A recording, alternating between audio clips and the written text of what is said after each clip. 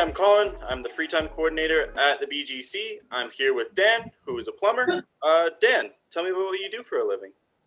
Oh, Colin, I am a Redseal plumber, journeyman plumber, and I am a gas fitter and plumber because in Alberta you are a dual ticketed tradesman in both plumbing and gas fitting.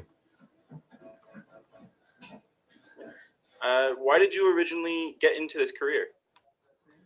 Interestingly enough, I was going to college in Lethbridge here for business admin, and I worked a number of jobs, but a few of those jobs were construction jobs, and one of those construction jobs was plumbing. I used those jobs to help pay for college and to have some spending money in between. And after college, I had no interest in becoming an accountant or following any other discipline of management or business. So I went to what I liked, and I liked the work and the knowledge and skills that I learned in a short period of time in the trades.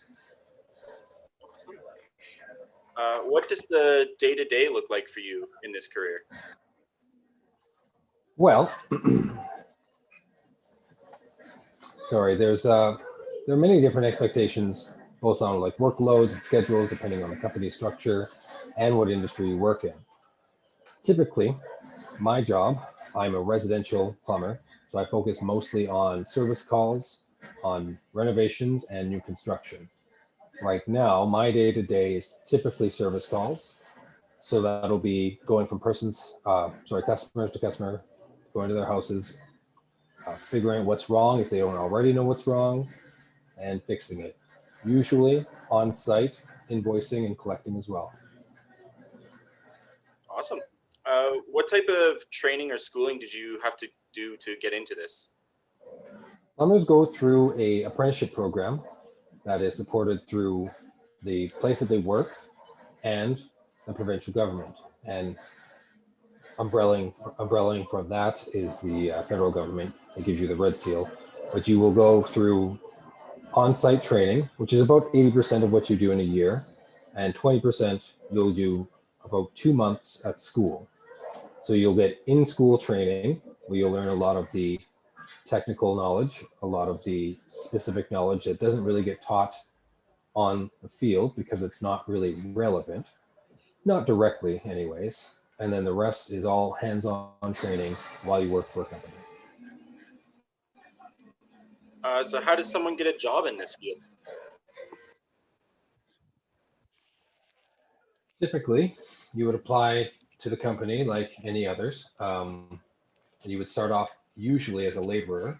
And then if things work out, and if they like you, and if you like them, they'll approach you to become an apprentice. That process is called an indentureship into apprenticeship. Now that an indentured apprentice becomes a first year technically, but not on paper until they get their blue book. I think I'm rambling a little bit. So sorry. Oh, that's perfect. That's essentially how you would apply like any other job. Okay. What are some of the challenges that you faced in this career? What sort of things challenge you? What are some challenges? Challenges in this workplace. There's anything from balancing expectations between employers, coworkers, and customers. There's problem solving that sometimes you don't always have a best case clear-cut answer for, and you have to make a judgment call on what the best decision is. And there are oftentimes problems where you have a lot of red herrings where it seems like that is the issue, but you'll have to dig deeper and trial and error your way through a problem till you find the real problem. Fair enough. Great.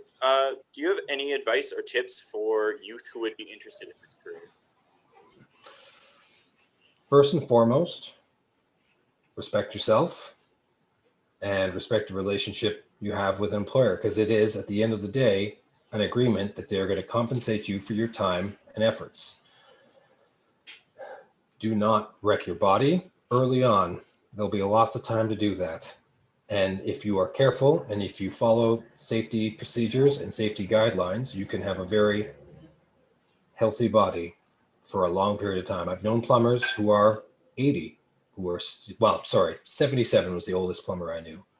But then I've known some plumbers who are almost 40 and physically broken. And last question, what would you tell someone new to the career?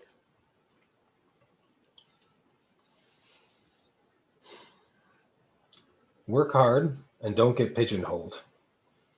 Try to keep a wide breadth of skill and knowledge.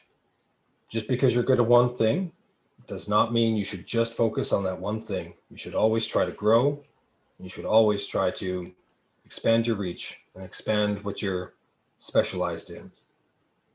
Because if you wake up in 4 years, you have your journeyman ticket and you're only good at gas line, that'll make yourself difficult to market yourself to your own company or another company should you look for work. Excellent.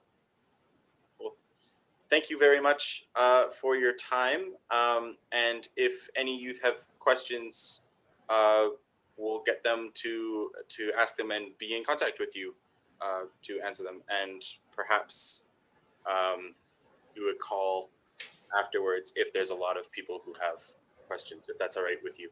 I'd be happy to answer any questions, big or small. Excellent. Thank you so much.